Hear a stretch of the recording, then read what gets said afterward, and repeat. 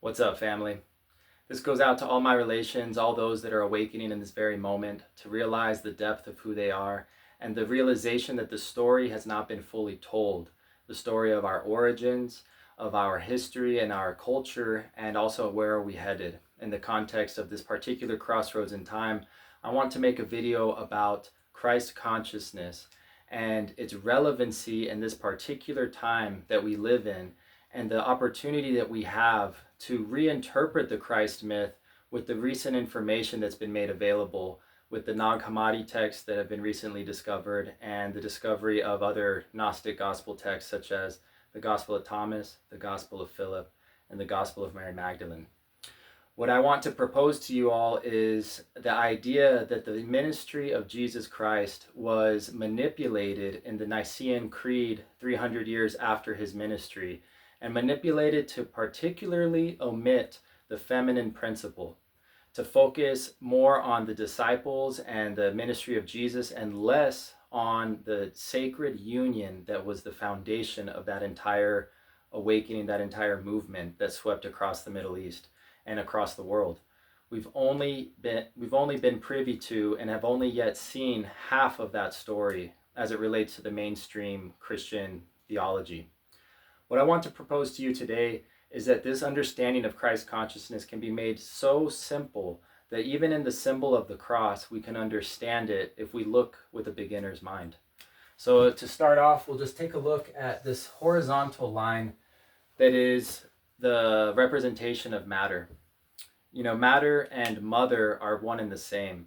In the context of the Latin root of the word, we actually see that mater means mother, and that is the root of what we have as to our understanding of the material world. It's a question of density, and it's an opportunity to recognize that matter and energy are actually inseparable. On a spectrum, they're actually one and the same, and we can see it with quantum physics that actually a particle and a wave are one and the same until an observer defines them. And in this context of Christ consciousness, I want to be conscious of the dogma of the orthodox position on Christianity, but I also want to offer new information that could make Christ and the metaphor brought by his ministry and his teaching made more relevant in these particular times. Whether it's metaphor or a literal truth, I think that both can exist simultaneously, and I'll show you how. So in this horizontal line, we have the primordial sea that existed before God spoke the words, "Let there be light." If we were to imagine, let's say in the Tao, it is the primordial ground of being. And as we perceive the world, it is on this plane of existence where we see all life come. From which it comes is also from that it will to return. And in this particular context, we see that the horizontal line, if it was very simply put, is just a representation of the mother and of matter. Now, we know that in this world of duality, everything is defined in relationship to its opposite. What is a mother without the understanding of a father? And what is the masculine without the feminine? What is hot without cold? These polarities or dualities actually mutually define each other, as to say that neither one exists of its own. But in this context of the cross, I want to offer to you this idea that the natural symbology behind a vertical line intersecting with a horizontal line is the idea of two becoming one. We have this notion of the four directions. If we were to constellate this being the compass and we say that this is north, north relative to what? The nature of even the four directions is such that north only has meaning as it relates to south. East is only defined in relation to its opposite, west. And in doing so, we actually witness that the constellation of the four directions naturally creates a center. And that is you, that is the observer.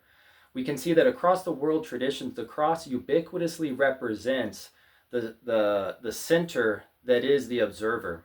And what I want to propose to you is that Christ lives inside of you, not as a teacher, an ascended master, but as the nature of who you truly are. And so in this context, I want to offer the idea that really Christ consciousness is about the reconciliation of opposites. The masculine and the feminine, heaven and earth, our sexual and our spiritual natures. These are things that will be understood more so only as it relates to its opposite, and we can actually use this framework of Christ consciousness to understand everything. Physiologically, the dopamine cycle of seeking too much pleasure and you end up with pain. Of discovering that even in the concept of hormesis, when we stress the body, we actually build more resiliency. The classic case is an ice bath. When you take an ice bath, you are submitting yourself to such a cold temperature. Let's call that yin. In the classical definition of yin and yang, yin is stillness. And in that stillness of molecules that aren't moving, it's so cold, the molecules aren't moving as fast as, let's say, your own body. And you feel that contrast. But is that contrast itself cold? It's only defined in relationship to you. But interestingly, as an ice bath evokes this a powerful surge of dopaminergic cascades in our body, we see that that exact cold is actually activating a fire metabolically within our own bodies. And so I just want to give that brief example. But the idea that I want to propose here is that one is only defined in relationship to the other, and that the true nature of Christ consciousness, in its true interpretation, in its true expression that was manipulated and suppressed, is that it was always about two becoming one. Mary Magdalene and Yeshua coming together as one body, one mind, and one mission. And also the nature of that as an integrous, let's say as an integrated phenomena inside of a human being that awakens. We can look at the Jungian psychology of a man that's integrated his anima, or we can also see it as the duality of the self and the shadow being reconciled. And so in this particular context, I want to say that the true ministry of Jesus Christ was actually manipulated to focus solely on the Father, on the masculine polarity, and it was denied the opportunity, we were all denied the opportunity to look at the feminine polarity and how it's that interplay between the two that creates the kundalini phenomena that results in awakening. Let's say in the Gospel of Philip and the Gospel of Thomas, we actually see teachings from Jesus Christ that were referencing the bridal chamber as the Holy of Holies. Now that's to say that at that time period, the Temple Mount in Jerusalem was considered the holiest of holies, but Jesus turned it all on its head, or rather he turned it all inward, and allowed us to observe that each and every human being has access to the Holy of Holies, a technology that is awakened as two polarities, let's say two beings come together in sexual union. And it's not that hard to see that actually everything in this world can be perceived through a sexual lens as we look at the reproduction of plants and even the nature of water offering fertility to the land. The sky produces a liquid that when received by the earth produces life. And that duality is perceived on all levels of reality in the natural world. And so it'd be natural to say that we are part of that, a holographic universe where we are the seed that contains the essence of the tree itself, the tree of life. And the axis mundi is that phenomena of energy moving up our spine, two kundalini serpents moving intertwined around a central column, let's say a central flame, that creates the toroidal field by which we can actually step into a true awareness of how multidimensional we truly are. So coming back to the sacred symbol of the cross, the mother principle represented by the horizontal line is matter, but it is only when it's imbued with spirit that we discover the multidimensionality that is available to us. It's when Adam is first created out of clay and God breathes spirit in through his nostrils that we discover that human beings are created. But it is also, interestingly, that moment when we eat of the tree of good and evil that we are first made aware of this duality. We are first made aware of opposites. We are made aware that perhaps our sexual energy can be used either for ascension or descension. And I want to say that this is actually the very root and the basis of that knowledge that was taught to us, is the nature of that sexual act when harnessed in reverence to our lover and in service to understanding our true nature. It is actually a technology for awakening and less a procreative or simply a pleasurable phenomena. So interestingly, we are arriving at a crossroads. We are living in a time of prophecy, and it has been spoken from North all the way to South America, and across the world there is a monomyth, as Joseph Campbell in his work has suggested, there is an idea that there is one mythology that unites all of humanity. And we can see the corollary expressions of that in the expression of the second coming of Christ, in the second coming of Buddha, in the eagle and condor prophecy of South America, which interestingly is another prophecy that expresses masculine and feminine polarities at odds and the reconciliation of the two. We'll go into that in further videos. But we even have in North America a Wakan, a woman who was actually the embodiment of the goddess herself, of great spirit incarnate in the form of white buffalo, the white buffalo woman. And she came with a teaching and a prophecy that the white buffalo, when it returns, we would know we were in a time of upheaval, of a paradigm shifting crossroads where humanity would have to decide, are we going to resolve the duality of self and other and become one as a human family?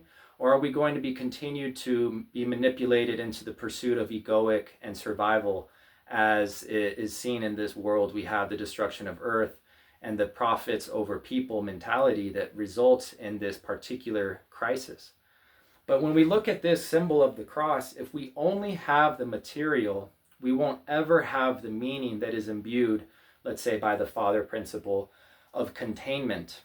So we have this idea that in polarity, we have, let's say in this very simplest way, a particle and a wave. If the particle is to be the masculine principle and the wave is the opportunity for just unbounded energy, it's the idea that in the cosmos itself, there are two energies at play. There is the Shakti expression of, you could say, the chaotic feminine, the movement of energy in all directions, and simultaneously you have the balancing polarity of the masculine, which brings order. And so interestingly, when both are in harmony, you have the opportunity for expansion and ordering that brings about an abundant and harmonious universe. But if we only have the emphasis on the material, on the exploitation of the material, and we don't understand it in a context of the larger spiritual nature of our own existence and our relationships, we arrive at an empty place within us that will never be satiated by more resource acquisition. We won't find ourselves ever fully satisfied in a material world where pleasure, profit is the only motivation, or even as to say the building of wealth. It's actually in that act of containing our own desires in service to a higher good that we actually discover true contentment or even happiness. And this has been found time and time again. It's almost a cliche that the material is important, yes, but as only in so much as it is also used in service to the benefit of other beings, do we actually find ourselves living a meaningful life. And so right now we have a meta crisis, one that involves the economy, society, the dissolution of the family unit, the nature of our own meaning crisis, and its impact on, let's say, the masculinity crisis, is all having a root in this very same phenomena of a misunderstanding of the Christ myth and its proportions for understanding who we truly are, but also for understanding the masculine feminine polarity and honoring both. So we've had this millennia of repressing the feminine to the point of witch hunts and inquisitions and patriarchal monastic orders that are celibate only on their front end, but on the behind closed doors, we actually see the sexual deviance that happens when we don't honor our own sexuality as a conduit for understanding God. So when that energy is repressed, it seeks a destructive expression. And so I want to say that even under this context of Christ consciousness, we can actually understand our sexuality more fully if we look at it as a crossroads. We have the opportunity within our own being to move that energy up our spine, let's say to move vertically, or it's uncontained and it's dispersed horizontally. And we see that in our dating culture. We see that in the ways in which we are endlessly pursuing novelty, but never actually satisfied. the nature of that energy itself is neither destructive nor creative. It's a decision every person has to make. Am I going to use that creative energy for the upliftment of humanity, or for perhaps to create beautiful art? It's irrelevant the nature of that creation. It's more important that it's used creatively. But of course, we also are encouraged in this particular time to use our energy for the pursuit of pleasure and the pursuit of novelty in the form of dopamine rushes. It can be through scrolling, it can be through serial monogamy, going from partner to partner, swiping on dating apps, and using sex as a means for merely pleasure alone. And what we actually see is that that is a deviation from our true inheritance as creative beings, to use that energy creatively. And it's actually not very well known, but in that decision to disperse the energy downward, we actually have the symbol, as we've seen, of devils with a tail that's pointing downward with an arrow at the end of it. It's an interesting phenomena, but that symbolically represents the desire for the kundalini to go downward and to grow a tail, rather than to move upward and come out of the crown and feed a toroidal field around us, let's say the Merkaba, as it's understood. The interesting thing is that ubiquitously across the world traditions, we have the image of the flying serpent. And of course, the serpent has been stigmatized. It has been actually labeled as evil or as a seductress, let's say. But it's actually the nature of wisdom herself to embody in a serpent. The nature of that serpent is neither right nor wrong, but it is the nature of giving that serpent wings that brings a human being into the totality of their multidimensionality. When we look at the serpent, there's a few layers to this that are very actually interesting. One is the corollary with our own reptilian brain. If we look at the limbic system in our own physiology, we see that the limbic system is involved with only the most basic survival and egoic desires within us. So at the very base of the brainstem is where we have our fear generated, or even as to say our most primal motivations, let's say libido. But in that context, that, let's say, ancient reptilian brain has been expounded upon and expanded into a larger organism capable, like no other animal is capable of, making sacrifice, of willingly denying oneself food for the attainment of a spiritual insight. Or conversely, also, the opportunity to feel something not as a result of something that happened to us, but of a desire that we have in our own free will. The classic example is that an animal doesn't have the opportunity to choose to feel gratitude at their own whim, but rather a human being does. So it's almost like an opportunity to see that symbolically, yes, the serpent spoke to Eve in the Garden of Eden, but it was also the serpent physiologically represented in our limbic system that represents our most basic animal instinct. But now across all of the world traditions, we have the serpent expressed as a winged serpent. And I mean across the entire world, we see this.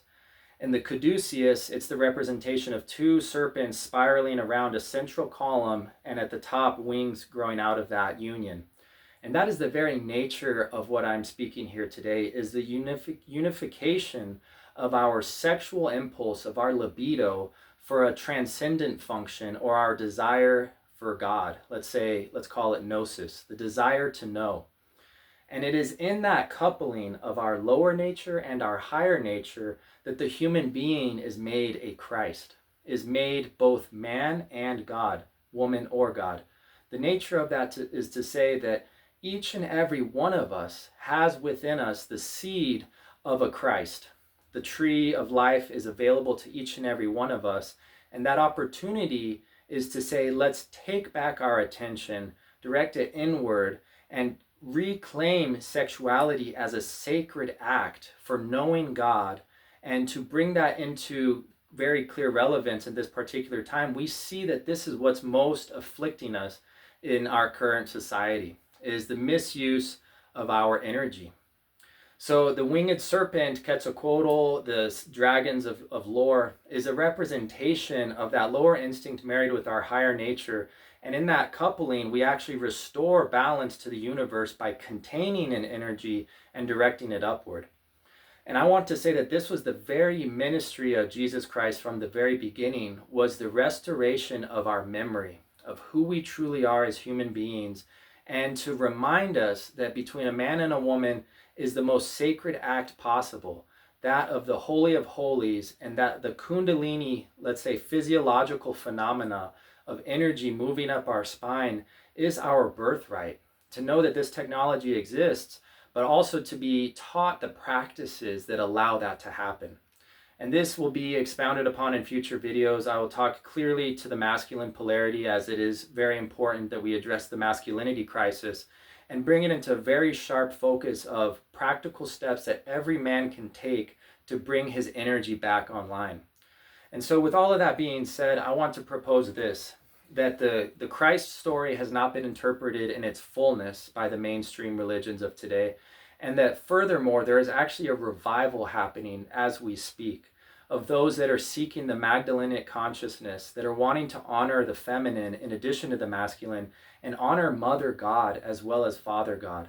And in doing so, restore balance, not in a means of what modern feminism is proposing in the context of women taking positions of leadership and power to the demise of men. We've actually noticed that this isn't actually lending itself to any type of reconciliation between the genders. We're noticing that actually femininity in and of itself as an idea has not been honored, even through the works of first, second, and third wave feminists. We're noticing that right now in this particular time, there's a widening gap between men and women as it relates to the dating culture of today, as it relates to relationship satisfaction, and as it relates to understanding both of our gifts. And it will also be brought clearly into focus the nature of that polarity inside of every one of us. Inside of every man, there is a feminine polarity that also needs to be honored and cherished in order for that man to be whole. And so all of this will be expounded upon, like I said, in further videos. But I want to say this, that it is the nature of the reconciliation of opposites that will lend us the true understanding of Christ's ministry, and furthermore, the true understanding of who we are, not as followers or disciples of Christ, but as Christ ourselves. We will see that we are also Elohim, that we are also divine creators, and it is our decision to reclaim that brings heaven to earth and reconciles that duality. And that is the sincere prayer of this channel, is to offer a memory of what was lost to any human being watching this. You are my family, and you are all part of this time. This time of prophecy, this time that we're living in, is a very distinct crossroads, and it's best expressed in the prophecies and the mythologies, but it's also in this New Age time, understood as the 3-dimensional to the 5-dimensional shift, as we call it, ascension. It's also just the nature of remembrance, to remember who we truly are and what we came here to be, not to do, but just to be. So I'll share more in future videos. I appreciate your attention. And as always, if you ever want to get practical advice, reach out to me for a discovery call, book a session, come to some of our events in Sedona, and join this ministry as a beacon of light yourself. Bring that energy back online and claim your Christhood for the benefit of all sentient beings. Make that bodhisattva vow, and today let it be the day to let a light be shown unto the world. Put that lamp on a lampstand and let yourself be seen for the beauty, the majesty, and the truly beautiful creation that you are.